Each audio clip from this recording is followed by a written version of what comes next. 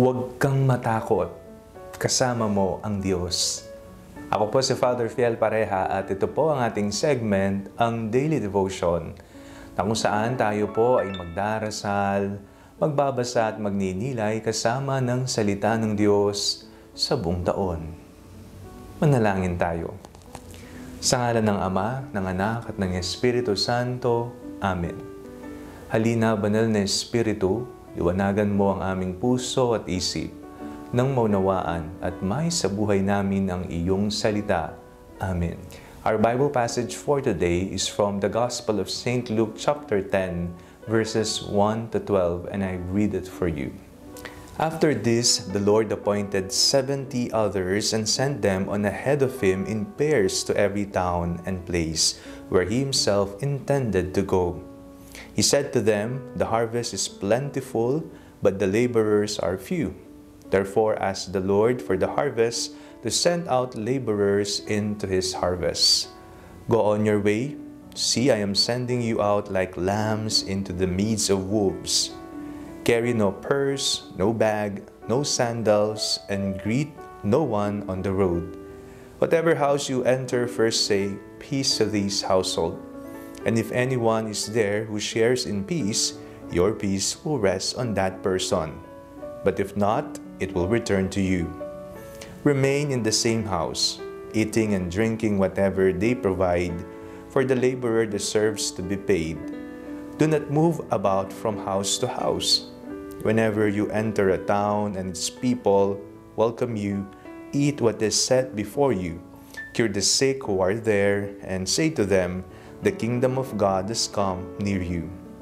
But whenever you enter a town and they do not welcome you, go out into its streets and say, 'Even the dust of your town that clings to your feet, we wipe off in protest against you.' Yet know this, the kingdom of God has come near. I tell you, on that day, it will be more tolerable for Sodom than for that town." Napakaganda po ng binasa nating ebanghelyo sa araw na ito.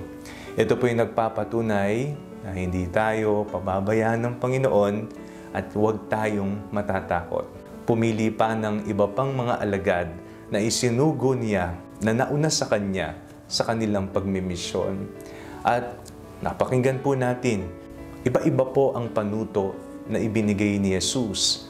Una, ang sabi niya, para bang isinusugo ko kayo parang mga maamong tupa sa mga lobo. Di ba nakakatakot yun? Sabihin sa'yo, o sige, ipapadala kita dito, parang maamong tupa, pero maraming lobo na maaring lumapa sa'yo. Nakakatakot po yun. At ang iba pang mga panuto, huwag kayong magdadala niyan. Ito lang ang dalhin ninyo. Kung magbabiyahe po tayo ngayon o maglalakbay, hindi ho ba? Kailangan natin ng salapi, pamasahe, kailangan natin ng ekstrang damit, ng sapatos, kung tayo'y maglalakad ng malayo, at iba pa. Ngunit, hinabilinan sila ng Panginoon. Huwag na huwag kayong magdadala ng sobra-sobra. Ito lamang ang inyong dadalhin. Sa buhay po natin, kapag nagkukulang na ang ating budget sa araw-araw, kapag nawawala na tayo ng pera, nawalan tayo ng trabaho, o kaya naman, konti na lang ang bigas sa lalagyan natin ng bigas, tayo po'y natatakot na. Tayo po'y kinakabahan na. Normal po ang matakot. Pero ang hindi normal po sa isang tagasunod ni Kristo ay ang lamunin ng takot.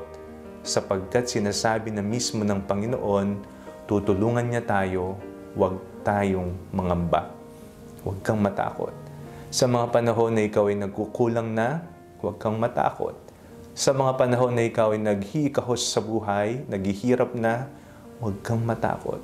Sa mga panahon na para bang nilalapa ka na ng iba't ibang mga asong gubat at wala kang kalaban-laban sa buhay, walang nagtitiwala sa iyo, huwag kang matakot.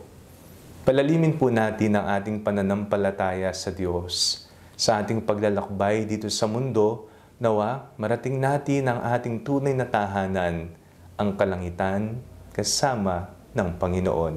Manalangin tayo. Panginoon, maraming salamat po sa paggabay. Maraming salamat po sa lahat ng biyayang ipinagkakaloob po ninyo. Sa mga panahon na kami po ay natatakot, nasisindak, dahil na rin sa mga pinagdaraanan naming pagsubok at paghirap, nawa Panginoon, ipadama po ninyo na kami ay hindi nag-iisa. Amen. Sa ngalan ng Ama, ng Anak at ng Espiritu Santo. Amen. Huwag po ninyong kalimutang i-like ang video ito, mag-comment po kayo, and share it with your family and friends. Ang Panalangin Bago Matulog ay may sariling Facebook page na po. Huwag niyo pong kakalimutang mag-like at mag-follow dito. And do not forget to subscribe to our YouTube channel. I-click na lamang po ang link na nasa description ng video ito o kaya naman po just search Father Fiel Pareha. God bless you po.